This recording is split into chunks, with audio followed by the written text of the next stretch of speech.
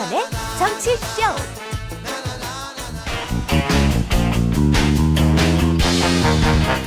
민주당이 어제 김건희 특검법을 다시 발의를 했죠. 수사 대상에서 학력과 경력 위조 의혹은 뺐다고 하는데 도이치모터스 관련된 것과 코바나 컨텐츠 관련된 의혹들은 들어가 있습니다. 이 민주당은 정의당에 적극적인 동참을 촉구했는데 과연 정의당 동참할까요? 정의당의 원내 수석부대표 맡고 계시는 장혜원 의원 모셨습니다. 안녕하세요. 네, 안녕하세요. 그때 저희 인터뷰했을 때도 이 김건희 특검법에 대한 정의당의 입장에 대해서 제가 좀 여쭸던 것 같은데 그때랑 지금 약간 상황이 좀 달라진 것 같습니다. 정의당 입장은 좀 변한 게 있나요? 특검에 대해서 그때는 제 기억에는 네. 검찰 수사가 우선이다. 네. 그리고 패스트트랙 태우는 것은 패스트트랙은 패스트가 아니다. 네. 검찰 수사부터 보고 결정한다고 말씀하셨는데 네. 지금은 좀 추진하시는 거로 입장을 바꾼 것 같기도 하고 정확한 정의당 입장은 뭔가요? 네, 그때 저희가 하나하나 국민들 눈높이에서 검찰의 편파 수사 문제점을 짚어 나가겠다라고 말씀을 드렸었고요. 나머지는 잘 기억해 주고 계시는데요. 그래서 저희가 검찰에게 충분히 제대로 수사하라는 요구를 했었고 그걸 확인하기 위해 이번 주 월요일에 대검찰청 항의 방문을 가서 네. 대검찰청에 물어봤습니다. 네. 김건희 여사 수사 어떻게 되고 있냐. 도이치모터스요? 예, 네. 도이치모터스 관련해서 소환 조사 안 할 거냐, 할 거면 언제 할 거냐 이런 것을 물어봤는데 검찰의 대답은 놀랍게도 모든 질문에 대해서 기승전 수사지휘권이 없어서 못한다라는 게 답이었어요. 그 얘기는 대검찰청에 있는 검찰총장이 일선 중앙지검에 있는 담당 네, 검사한테 네. 여사 소환 조사하세요 마세요라고 말을 못한다. 말을 못하고 보고도 받지 않고 있기 때문에 사실상 우리는 아무것도 모른다라고 네. 하는 게 검찰의 대답이었습니다. 그러니까 이것은 이렇게까지 국민적인 관심사가 오랫동안 집중되어 있는 사안에 대해서 네. 대검찰청이 중앙지검 핑계를 대면서 그리고 네. 전 정권의 법무부 장관 핑계를 대면서 아무것도 하지 않겠다라고 하는 얘기는 다름없기 때문에 네. 아 이건 대검찰청에서 우리한테 특검을 해달라는 요청이구나. 그렇게 네, 생각하셨구나. 라고밖에 생각할 네. 수 없지 않겠습니까? 근데 어젠가요? 일부 기사 보니까 검찰 관계자가 김 여사에 대한 출석 조사를 포함해서 방식에 제한을 두지 않고 관련자들을 조사할 것이라고 말했다는 검찰발 네. 보도가 있었거든요. 네. 이 보도대로 하면 좀 원론적인 얘기긴 하지만 네. 우리는 김 여사에 대한 소환 조사 할 수도 있는 걸 이렇게 해석이 돼서 그거는 근데 저는 그 중앙지검의 간복이라고밖에 간복이. 네, 예. 그렇죠. 그러니까 대검이 얘기한 게 아니라 예.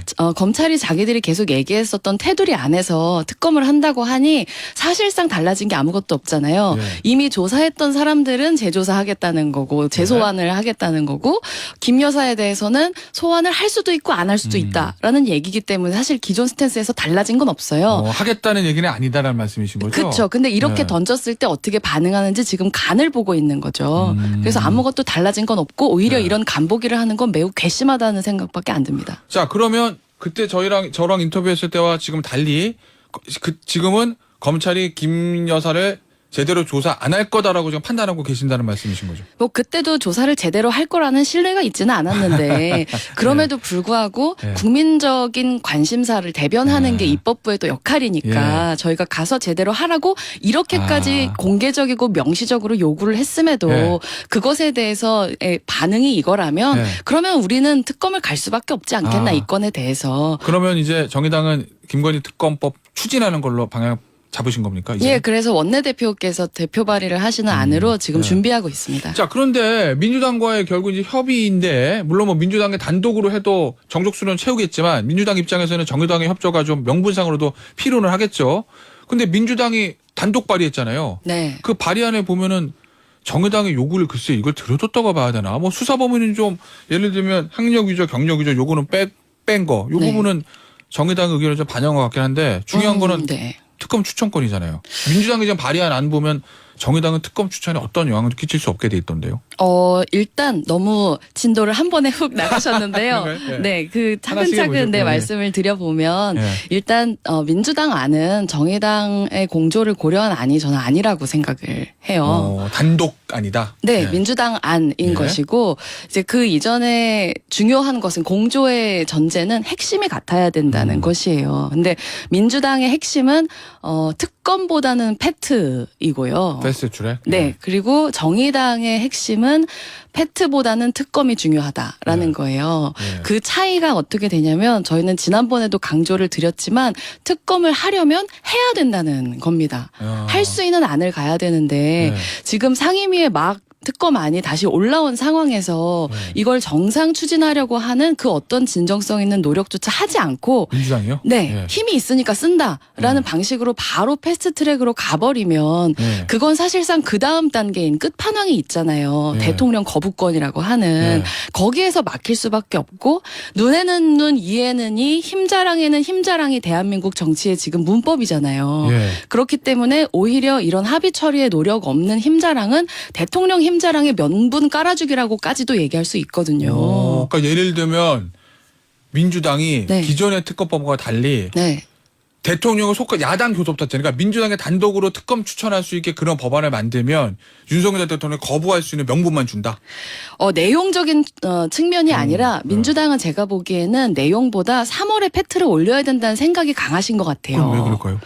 그건 모르죠. 민주당의 셈법이 있겠죠. 예, 뭐 일각에서는 항상 나오는 얘기지만 이재명 대표에 대한 방탄 때문에 그런 거 아니냐. 뭐 이재명 그런- 대표 수사에 대한 맞불 아니냐 뭐 이런 얘기도 하던데. 네, 뭐 그런 해석은 저는 뭐 평론가들께 맡겨놓고 싶고요. 네. 어쨌든 저희는 이 특검이 필요하다. 검찰의 편파 수사에 대한 문제의식이 있고 특검을 해야 되는데 그럼 특검이 되는 길을 가야지 안 되는 길을 지금 당장 사이다라고 해서 가버리면 저쪽도 사이다가 온다는 얘기를 드리고 있는 거예요. 그러면은 우리 장 의원의 말씀은 네. 특검을 하는 건 원칙으로 정하되 네. 나중에 윤석열 대통령이 거부권을 행사할 수 없는 네. 즉 국민의힘도 받을 수밖에 없는 합리적인 안을 협의해서 만들어야 된다 이런 말씀이신 건가요? 뭐 원칙적으로는 그런데요. 거기에 네. 한마디를 덧붙이면 지금 두 개의 특검이 올라와 있잖아요. 네. 하나는 50억 클럽 특검이고 다른 하나는 김건희 특검입니다. 네. 근데 국민의힘이 그런 합의 처리하라고 하는 주장을 무시하기 어려운 아이템이 50억 클럽 특검이란 말이에요. 뭐 그건 좀 그런 측면이 좀 다르죠. 김건희 여사에 대한 특검과는. 그러니까요. 그래서 지금 당장 먼저 그렇게 처리할 수 있는 안이 50억 특검이기 때문에 민주당이 쌍특검을 주장할 때 저희는 순차 특검을 주장했던 거거든요. 명분이 더 높은. 네, 실제로 갈 수 있는 갈수 특검을 있는. 처리를 하는 방식으로 가자는 건데 네. 민주당은 이게 처리가 안 된다고 그냥 이제 아예 규정을 한 거고 네.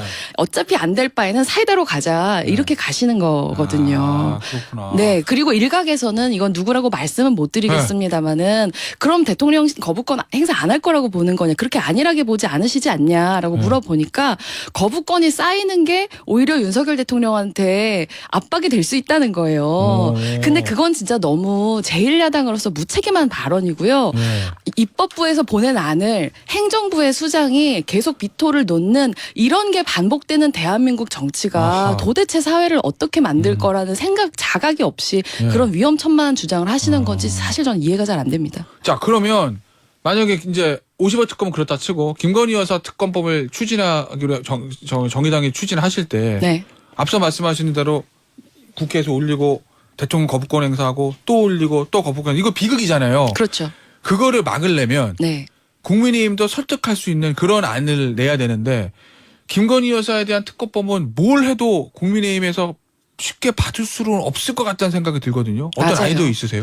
저는 근데 모든 사안에 대해서 그렇게 관심법을 쓰지 않아도 된다고 생각을 합니다. 풀 수 있는 것을 순차적으로 풀어갔으면 좋겠고 저희가 보는 가장 현실적인 바늘 구멍은 50억 클럽 특검이에요. 어차피 일단. 안 될 거니까 힘자랑을 가자라고 하면 네. 저는 그런 정치는 좋은 정치는 아니라고 봅니다. 알겠습니다. 뭐 좀 시간이 필요한 문제 같네요. 아무래도 그 부분은. 네.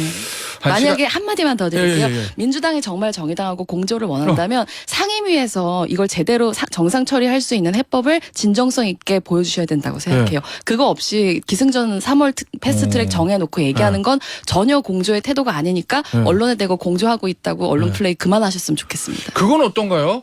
특검 추천권에 대해서 정의당한테 룸을 열어주지 않았잖아요. 처음에. 네. 그러다가 박홍구 원내대표가 이거 정의당도 좀 포함시켜줄 수 있는 것 같은 걸이라고 얘기는 했지만 지금 발의한 거 보면은 여전히 민주당의 단독 추천권 가는 거거든요. 네, 그 그렇죠. 특검 추천권을 만약에 정의당에게 주는 안을 하자라고 하면 받을 생각 있으세요? 말씀드렸듯이 저희는 되는 특검을 하자라는 원칙에 입각해서 모든 걸 알겠습니다. 판단합니다. 알겠습니다. 우리 장혜영 의원 개인 얘기 좀 해보죠. 네. 내년에 지역구 출마하신다면서요? 네, 지역구 마포을 지역으로 정했고요. 예. 지난 2월 말에 이제 선거사무소가 아니구나. 예. 예, 지역사무소 개소식을 했고 예. 이제 정청래 의원님하고 멋진 승부를 야. 준비하고 있습니다. 이 만만한 승부가 아닌데 네. 그런데 항상 총선 전에 이제 정의당의 미래에 대해서 정치평론가들이나 정치부 기자들이 항상 관심을 가지고 지켜보는데 아시겠지만 정의당이 의원이 지역구에서 성공한다는 거는 극히 어려운 일이잖아요. 네, 뭐 특검만큼 어렵죠. 예, 특검만큼 어려운 거예요. 네. 심상정 전 대표나 돌아가신 노회찬 전 대표 정도가 아니고서는 대부분 실패하신 길들인데 네. 마포울이라는 지역에 도전을 하신 이유가 뭘까요? 일단 제가 마포라고 하는 지역이 이 나이 먹고 제가 제 삶을 결정할 수 있게 되면서 살아가겠다라고 마음먹은 지역이기도 하고 네.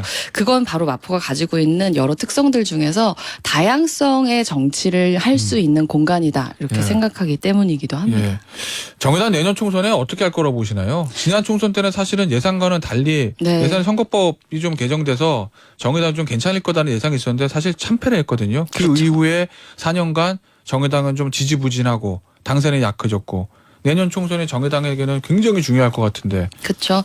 저희한테는 사활이 걸려 있는 네. 선거라고 보고 그렇기 때문에 지금 당내에서 재창당 논의가 추진이 되고 있습니다. 그러니까 재창당이라고 하는 건 이대로의 정의당으로는 미래가 없다라고 생각을 해서 정말 당을 다시 만드는 것 같은 수준의 특단의 조치가 필요하다 이런 논의인데요. 네. 근데 무엇이 그러면 재창당이냐에 특단 조치가 뭐냐? 대해서는 백가쟁명이 있습니다. 네. 그래서 그거에 대해서 저는 뭐 거의 해체 후 창당의 길을 가야 된다라고 네. 보는 쪽이고 뭐 그것보다는 좀 수위가 낮은 여러 가지 안들을 제시하는 분들도 계시고요. 재창당한다고 할 때 당명 바꾸고 당원 당규 바꾸고 이러면은 당에 있는 사람들은 우리가 많이 바뀌었어라고 생각하지만 외부에 있는 유권자들 봤을 때 똑같거든요. 당원 네. 당규 읽어보지 않으니까. 그렇죠. 중요한 건 사람을 바꾸는 건데, 네. 저 당의 간판이 싹 바뀌었네? 네. 이건데, 그 인적 개편, 인적 쇄신 가능하겠습니까? 정의당에서? 가능하지 않으면 미래가 없겠죠. 해야 된다는 입장이신 거죠? 그렇습니다. 근데 정의당이 또 이제 노동계열 관계라든지 해서 굉장히 뿌리 깊은 연결들이 있어서 네. 기존의 분들을 개편하고 새로운 인물로 채우는 거 이게 쉽지 않을 건데. 쉽지는 않겠지만 네. 이제 생사의 기로에 있기 때문에 저는 특단의 조치를 포함해서 모든 걸 열어놓고 논의해야 된다는 입장입니다. 알겠습니다. 내년 총선에서 이 정의당이 어떤 성적표를 얻을지 예전에 노회찬 전 대표가 살아계실 때 굉장히 좋은 시절들이 네. 있었잖아요. 정의당의 전성시대. 그때로 돌아갈 수 있을지 인적 개편이 과연 가능할지 지켜보도록 하겠습니다. 지금까지 정의당의 장혜영 의원이셨습니다. 감사합니다. 감사합니다.